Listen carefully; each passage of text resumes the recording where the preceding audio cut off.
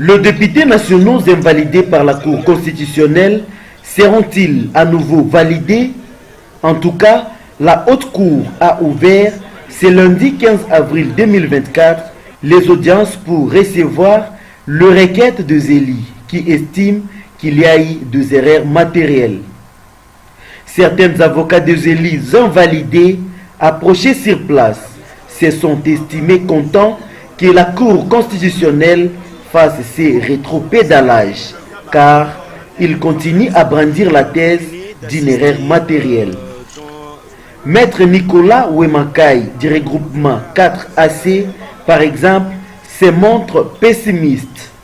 C'est vrai, c'est la Cour qui juge.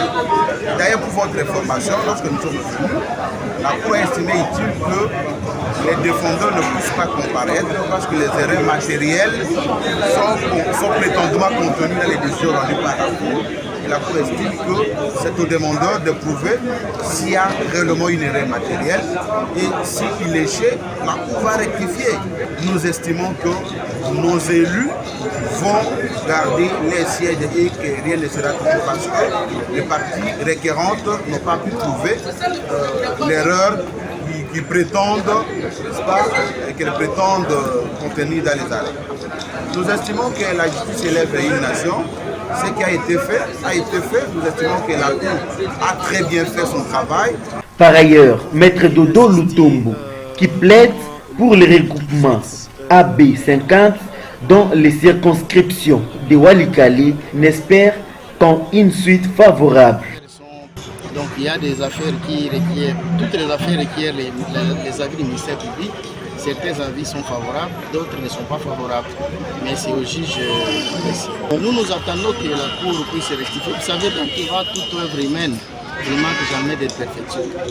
Et la Cour, il y a des fois où elle a commis des erreurs, il faut seulement rectifier, c'est prévu par la loi.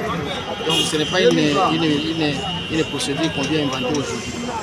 Donc lorsque la Cour se trompe ou est induite en erreur, parce que la Cour est tenue par des humains, c'est pas Dieu, il peut y avoir des imperfections, des erreurs. Alors nous les saisissons avec des preuves à la Cour pour démontrer qu'effectivement la Cour a commis des erreurs sur certains points. Et lorsque la Cour constate cela, effectivement, il doit corriger ces erreurs-là dans ses arrêts à intervenir. Quelle serait, est-ce qu'on peut avoir l'idée ou la lumière par rapport à ces erreurs? Oui, par exemple, en ce qui concerne mon client, M. Mkolomania Mkungwe, l'erreur, je ne peux donner les lumières que sur les erreurs qui ont été constatées dans mon dossier, qui vient de passer.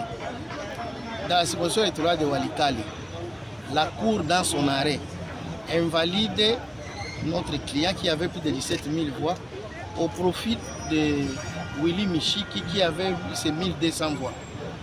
Et dans son propre arrêt, la Cour reconnaît, il dit que Willy Michiki a eu 11 000 voix. La liste de Willy Michiki a obtenu 11 000 voix. Mais nous, notre client, notre candidat, il avait plus de 17 000.